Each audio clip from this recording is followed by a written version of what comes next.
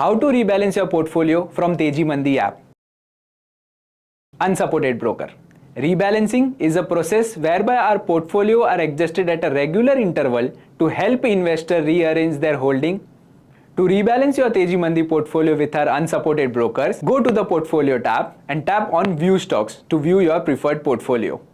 Now, tap Rebalance. Review the stocks and manually place all buy and sell orders through your broker's platform. To reflect the actual buy and sell price, update the buying and selling price for each stock. Click on Change Price, enter the price executed at the broker's platform and click on Update Price. After executing all buy and sell orders, tap on Confirm Investment. Tap the Confirm tab to finalize your rebalance. Congratulations, you have successfully rebalanced your portfolio. To view your orders, tap on View Orders.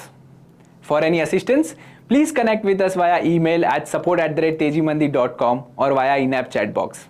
Thank you. Investment in securities market are subject to market risks. Read all the related documents carefully before investing.